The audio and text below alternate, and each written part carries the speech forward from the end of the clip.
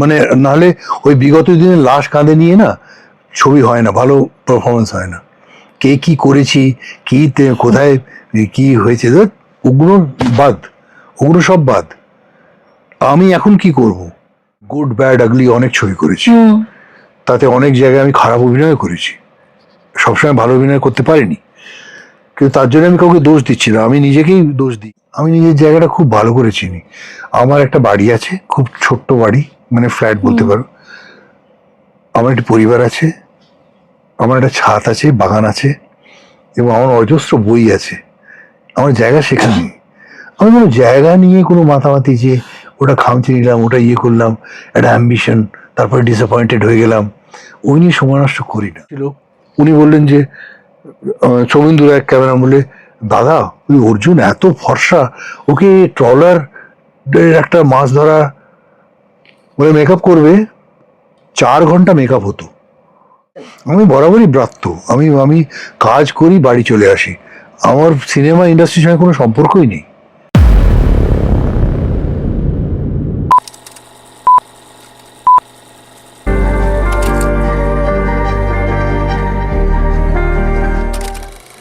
মেজাজটাই তো আসল রাজা, আমি রাজা নই। কিন্তু আমার সঙ্গে এই মুহূর্তে যিনি আছেন তিনি বড় পর্দায় তো রাজা হয়ে আপনাদের সামনে আসতে চলেছেন, কিন্তু বাস্তবেও তার জীবন যাপন, তার ভাবনা চিন্তা, তার জীবন দর্শন, সব দিক থেকে আমার মনে হয় রাজা রাজা একটা ভাব আছে। শুধু ভেতর থেকে নয়, ওপর থেকেও তাকে দেখেও ঠিক তেমনটাই লাগে। তিনি আপনাদের সামনেই রয়েছেন অর্জুন চক্রবর্তী, এবং আপনারা জানেন আর কিছুদিনের মধ্যেই মুক্তি পাচ্ছে ফুলপিসি ও এডওয়ার্ড, এবং সেই জন্যই আমাদের সেই ছবির জন্যই রাজামশাই হাজির। রাজামশাই হাজির এইভাবেই কি ছবিতে বলা হতো? মানে রাজামশাইকে এইভাবে তলব করতেন কাউকে? এক্স্যাক্টলি, মানে অনেকটা ওইরকমই, মানে কি রাজা মানে সে রাজা, সে তার রাজত্বে সেই শেষ কথা, সে যা বলবে সেটাই হবে, সে যাকে চুজ করবে, যাকে রিজেক্ট করবে সেটা তার ব্যাপার, অন্য কারোর কোনো হাত নেই তাতে। মানে কারোর কোনো মতামত থাকতে পারে না তার মন্ত্রিসভা, এরকম না, কোনো মতামত নেই। বাহ, এই সময়ের জন্য তো একটা ভয়ঙ্কর ছবি হতে চলেছে, মানে বর্তমান যা পরিস্থিতি। খুব ইন্টারেস্টিং, খুব ইন্টারেস্টিং ছবি, এবং দেখলেই বুঝতে পারবে। খুবই ভালো গল্প, এবং এরা এত সুন্দর, নন্দিতা এবং শিবু দুজনে এত সুন্দরভাবে পরিচালনা করেছে, এবং জিনিয়া যেভাবে লিখেছে এটাকে, এটা একটা অদ্ভুত। অন্য উইন্ডোজেও কিন্তু এরকম ছবি হয়নি।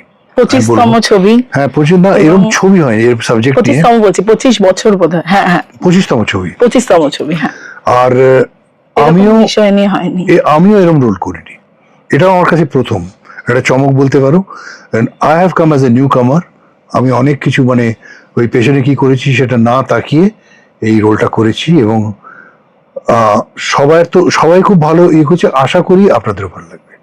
দাদা এতগুলো বছর, মানে 1980 থেকেই যদি ধরি, সেই সময় থেকে এখন 2026-এ এসে আপনি বলছেন একটা চরিত্রের জন্য নিউ কামার, মানে এইটা তো বলা দূরস্থ, ভাবতেও পারেন না না, আমি বিশ্বাস করি যে যেহেতু রোলটা নতুন, I have to be new, মানে নাহলে ওই বিগত দিনের লাশ কাঁধে নিয়ে না ছবি হয় না, ভালো পারফরমেন্স হয় না। কে কি করেছি, কি কোথায় কি হয়েছে, ওগুলো বাদ, ওগুলো সব বাদ। আমি এখন কি করব? কেন স্টার্ট ক্যামেরার কাট ক্যামেরার মাঝখানে যে জিনিসটা, সেটাই কিন্তু রয়ে যাবে, এবং সেটা যাতে একদম পিওর হয়, ভার্জিন হয়, উইদাউট এনি কন্টামিনেশন হয়, সেটা খুব লোকেদের বেশি স্টিমুলেট করবে, বেশি প্রেরণা যোগাবে, বেশি মানে গুজ বাম্পস হবে বেশি দেখলে। কারণ আমি নতুনভাবে আসছি, fresh, like a newly bloomed flower, সেটা বলতে পারো। এবং সেটার জন্যে আমাকে অনেক হোমওয়ার্ক করতে হয়েছে, অনেক কাটখড় পড়াতে হয়েছে, অনেক কি বিহেভিয়ার হবে, কি ওঠা বসা, জেস্টার পশ্চার, গলার আওয়াজ, এবং তাকানো অতিরঞ্জিত যাতে না হয়, যাতে ড্রামা মেলোড্রামা না হয়ে দাঁড়ায়। After all I am facing A camera, after all it's a cinema, তো সিনেম্যাটিক ব্যাপারটা রেখে এবং আমাকে এগোতে হবে। এই যে মানে আপনি যেটা বলেন সত্যি, সেটা ভাবলেই বোধহয় নতুন করে প্রত্যেকটা চরিত্র হয়ে ওঠা যায় আসলে। আমার মনে হয় প্রত্যেক, সেটা আমার মনে হয়, আমি ভুলও হতে পারি। কিন্তু যেটা আপনি আগের দিনও বলছিলেন দাদা, যে এই চরিত্রের জন্য আপনাকে ভাবা, সম্ভবত শিবুদাই বলেছিলেন যে এই চরিত্রটা আপনি ছাড়া আর কেউ হতে পারবেন না। এখন যেটা হয় যে একটা চরিত্র লেখা হয়, তারপর বিভিন্ন অপশনস থাকে তাতে, এবং এই সময় দাঁড়িয়েও একটা চরিত্র যেটা আপনি আপনি ছাড়া আর কেউ হতে পারে না, এটা কত বড় প্রাপ্তি, এই মানে সেটা একটু যদি বলেন। খুব খুব ভালো লাগে একটা অভিনেতার কাছে। প্রথম কথা, একটা সুন্দর চরিত্র, সে তো লোভী হয় অভিনেতা যে একটা ভালো চরিত্র করি, তার উপর যদি তার পরিচালক তাকে বলে যে তোমাকে ছাড়া আর কাউকে মানাবে না, এটা একটা added, it's a shot in the arm, মানে অ্যাডেড বুস্ট যাকে বলে, ওটা আরো তাকে চাগিয়ে তোলে। তো সেটার জন্য সে প্রাণপাত করে দেবে, সেটাই হয়েছে এখানে। আমি কতটা করতে পেরেছি আমি জানি না, কিন্তু আমি প্রাণপাত করে দিয়েছি, এটাই বলতে পারি। কিন্তু অভিনেতা অর্জুন চক্রবর্তী কি লোভী? মানে সেটা তো মনে হয় ভীষণ লোভী, তাই কি? রোলের জন্য, হ্যাঁ হ্যাঁ, রোলের জন্য লোভী। রোল, একটা ভালো রোল পেয়ে হোয়াই নট। হ্যাঁ, যদিও কারোর কাছে যাই না, মানে রোল চাইতে যাই না, কিন্তু রোল এলে মানে সেরকম যদি রোল একদম নিয়ে নেবো। তাহলে 2018 পর কেন 2026? মানে যিনি লোভী হবেন তিনি তো যেন না। তেন প্রকারেন আর কি থাকবেন না। ওইটাই তো পারলাম না। না, আরেকটা জিনিস হচ্ছে যে আমি অনেক ছবি দেখলাম, আমি ফিট করি না কোথাও। আমি কিন্তু দোষ দেবো না কাউকে, নিশ্চয়ই এটা কোনো কারণ আছে যে সেইরকম ধরনের না। রোল অনেক এসছে আমার কাছে, অফার অনেক এসছে, কিন্তু আমার পছন্দ হয়নি, মানে সেটা আমাকে মানায় না। আমি বলেও দিয়েছি ওদের যে এটা আমাকে মানায় না, যেটা মানায় না সেটা মানায় না। আমাকে অনেক বছর আগে যখন আমাকে একটা ছবি হচ্ছিল সাহেব বিবি গোলাম, ওরা ভূতনাথের জন্য আমার কাছে এসেছিল, আমি স্ট্রেট ওকে তাপসের কাছে পাঠিয়ে দিলাম যে তাপসের কাছে যাও। তাপসে তাপস আমাকে বলেছিল যে এরকম কেউ করে না রে। আমি করে না মানে, আরে আমি পারবো না করতে, মানাবে না আমাকে, আমাকে জোর করে ওরা ইয়ে করছে। তো এরকমই আমাকে অনেক রোলে মানায়নি, সেই জন্যে আমি হাত জোড়ো করে ক্ষমা চেয়ে নিয়েছি। কিন্তু সেইভাবে আমি কাউকে দোষ না দিয়ে বলবো যে নিশ্চয়ই এটা কোনো কারণ ছিল, এটার মধ্যে কোনো রকম দুরভিসন্ধি কিংবা কোনো রকম প্যাচ, এটা কিচ্ছু নয়। সবাই আমাকে ভীষণ ভালোবাসে, সবাই আমাকে চায়, কিন্তু তাদের কাছে এই স্ক্রিপ্ট যদি না থাকে, তারা যদি আমার মতো কোনো রোল না খুঁজে পায়, তারা কি করবে? আপনি যেখানে মানে যে কথাটা বললেন এক্ষুনি, আপনি মানে তাপসদাকে সেই চরিত্রটার জন্য মানে বলেছিলেন উনি করতে পারেন, পাঠিয়েছিলেন। এখন জায়গার জন্য এত লড়াই, সেখানে নিজের জায়গাটা যে করে হোক ধরে রাখার এত প্রবণতা, তার মধ্যে আপনি এত সহজে জায়গা ছেড়ে সেই জায়গায় আরেকজন আসুক, সেটা চাওয়া তো সত্যি বড় ব্যাপার। আমি নিজের জায়গাটা চিনি, আমি নিজের জায়গাটা খুব ভালো করে চিনি।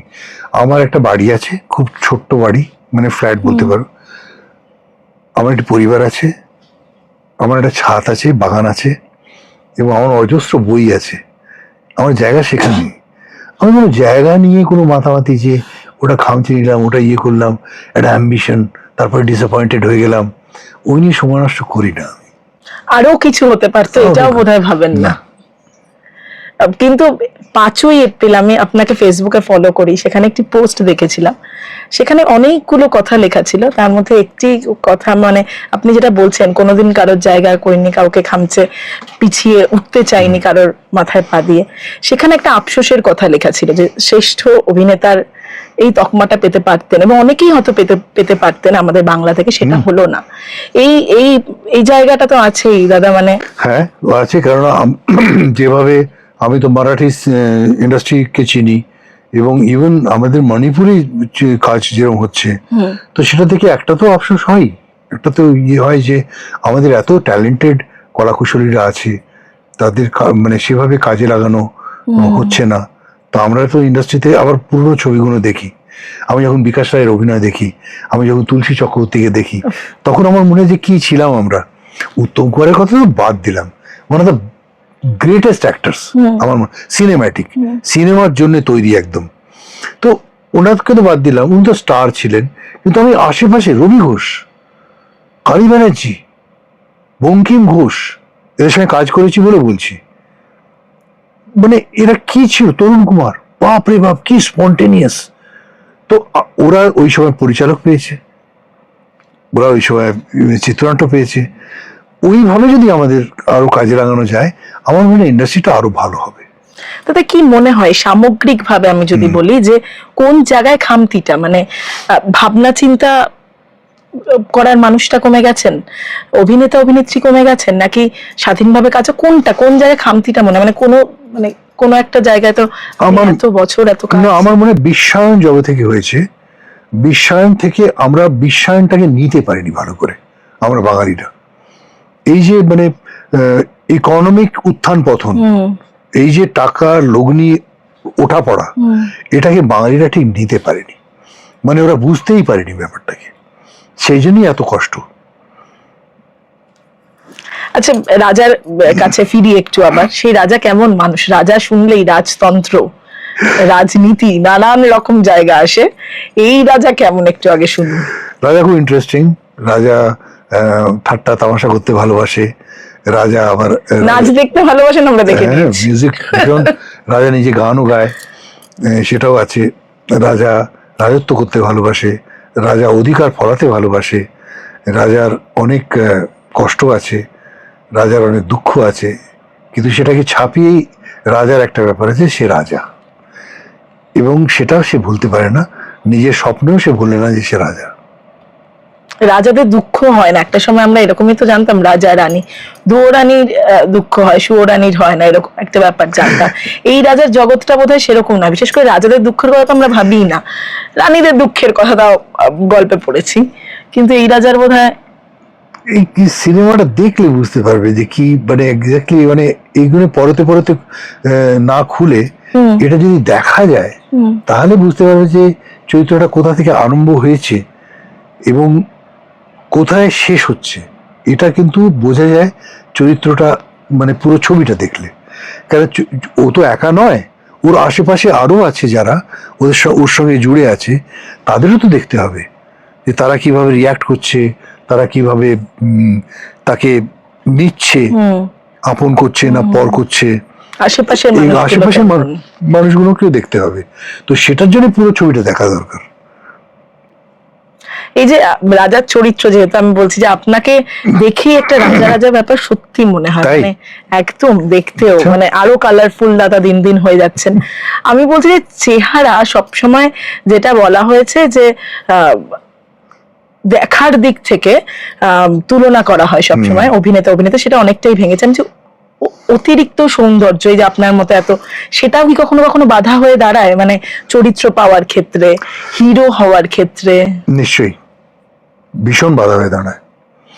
তুমি দেখবে, আমি এটা বলতে চাইছিলাম যে এমন অনেক অভিনেতা আছে যারা নিজের মানে যে দর্শন, যেটা যে দেখতে, সেই দেখার মধ্যে খামতি আছে বলে তারা রোল পাচ্ছে। একদম যেটা বলতে চাইছি আমি, যে তারা যেহেতু ওইরকম দেখতে বলে তারা খুব রোল পাচ্ছে। আর তুমি দেখবে অলওয়েজ যে যারা ভালো দেখতে হয়, খুব এক্সেপশন, তারা ভালো অভিনেতা হয় না। কারণ সবসময় তারা নিজের চেহারা নিয়ে কনসিয়াস থাকে। খুব রেয়ার হয়, যেমন ঋষি কাপুর, রণবীর কাপুর, এরা খুব ভালো অভিনেতা এরা। কিন্তু এটা আমি দেখেছি অনেকের মধ্যে, যারা ভালো দেখতে হয় তারা সবসময় নিজের চেহারা, কাঠামো, শরীর এই নিয়েই ব্যস্ত থাকে। কিন্তু যার কিছু খোয়াবার নেই, যে চিরজীবন ছোটবেলা থেকে শুনে এসছে যে তোর মতন বাজে দেখতে কেউ হয় না, তুই সারা এইরকমই, সে কিন্তু ভালো অভিনয় করবে, কিন্তু তার খোয়াবার কিছু নেই। তো সে নতুন করে চেহারার দিকে কিছু বরং ইয়ে করে। তো অনেক আমি দেখেছি এখানে, যে এখানে নয়, সব জায়গায়, যে চেহারা খারাপ হওয়ার জন্য তারা বেশি ফেমাস হয়েছে। আপনার ক্ষেত্রে কি সেটা কখনো বাধা হয়ে দাঁড়িয়েছে?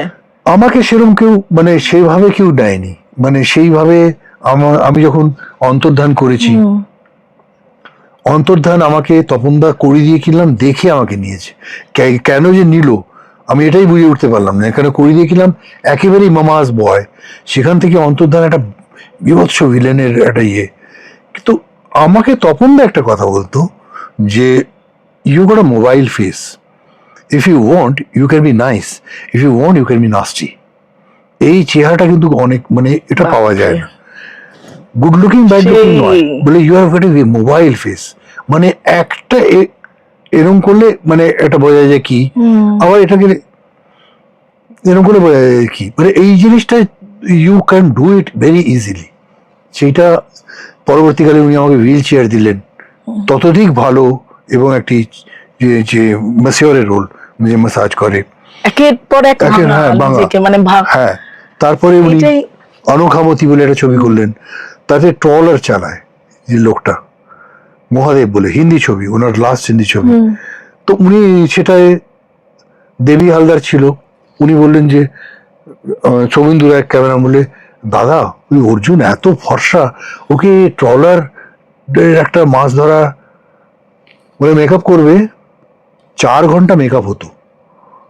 ভোর 4টের সময় দেবী হালদার তুলতেন, 8টার সময় ছাড়তেন, 4 ঘন্টা মেকআপ করে সেটে। তো ওইভাবে করেছি। কাজে ওই হ্যান্ডসাম দেখতে, সুন্দর দেখতে, ওটা কোনোদিন আমার ইয়েতে আসেনি, মানে পেজে আসেনি। এটাই তো পরিচালকদের মানে হওয়া উচিত, হ্যাঁ, আমি good lucky। কমফোর্ট জোনটা থেকে সবসময় বের করবেন, সেটা লুক হোক, চরিত্র হোক।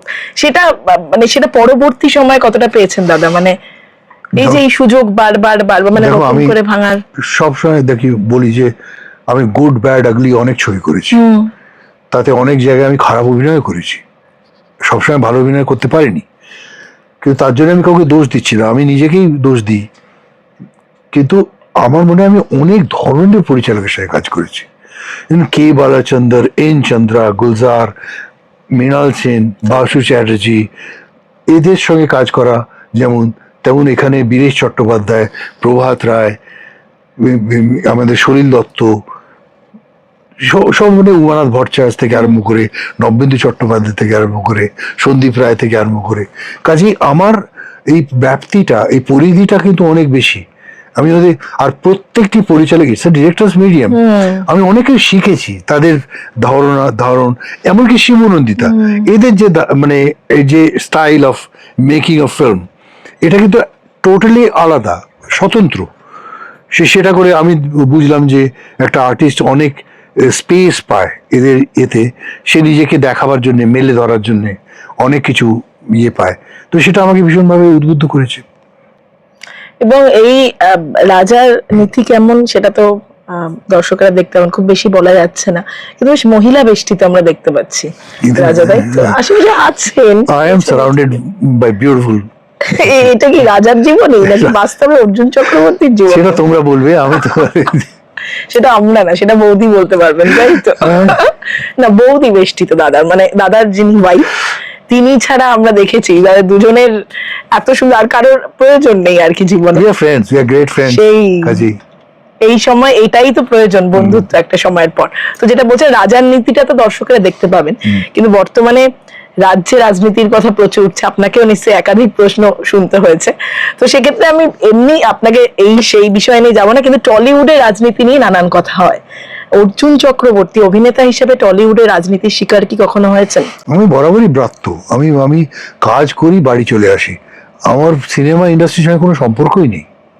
কেন? মানে নেই, মানে প্রথম থেকেই নেই, প্রথম থেকেই আমার কোনো নেই। মানে কাজ করার মধ্যে সব আমাকে চেনে, সবাই ভালোবাসে, কিন্তু কাজ করলাম, বাড়ি চলে এলাম, সেটা স্বেচ্ছায়। স্বেচ্ছায়। আমার এটা মানে শখ, মানে ওই তার কাজের পরে অফ দ্য ক্যামেরা ওদের নিটিগ্রিটিস এবং ওদের ইয়েতে মানে নিজেকে মানে অতটা সক্ষম মনে করি না আর কি। সবাই তো প্লেন মনে করেন না না, আপনি? কেন? সবাই তো প্লেন চালাতে পারে না, কাজে আমি শুধু অভিনয়টা পারি, অভিনয়টা করে চলে আসি। And I am very lousy actor off the camera.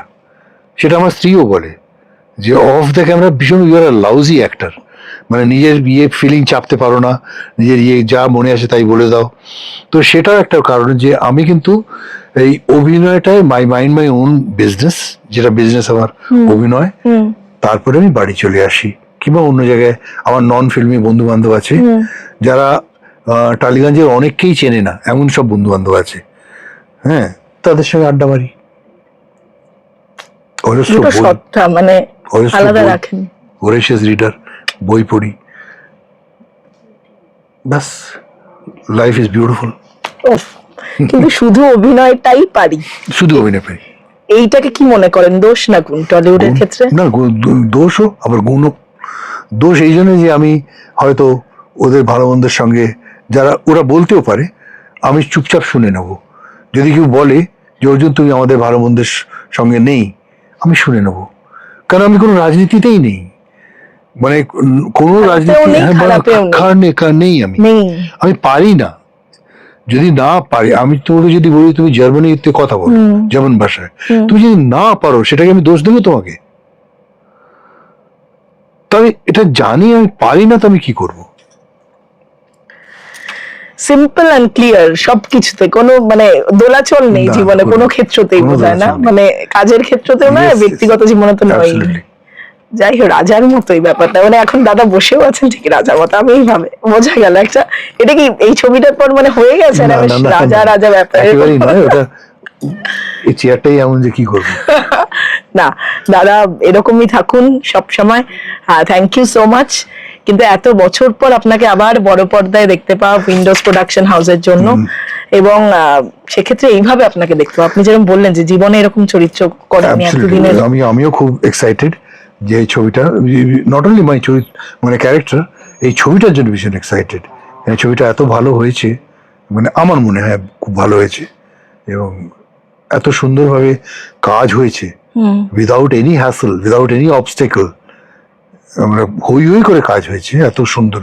এবার বলি কলাকুশলীদের কথা, যে মায় ক্যামেরাম্যান থেকে আরম্ভ করে বাইরে যারা আছে, of the camera, in front of the camera, প্রত্যেকে এত সুন্দর একটা একটা একটা মানে হারমনি, একটা connection, that's a very thankful connection. এটা খুবই ভালো লেগেছে আমার। এত বছর পর কোনো বদল দেখলেন, যেহেতু আবার এত দিন বাদে? না, কোনো বদল নেই। অভিনয়ের মধ্যে কি বদল হবে? ওই যে বললাম যে ক্যামেরা যখন চলে তখন শুধু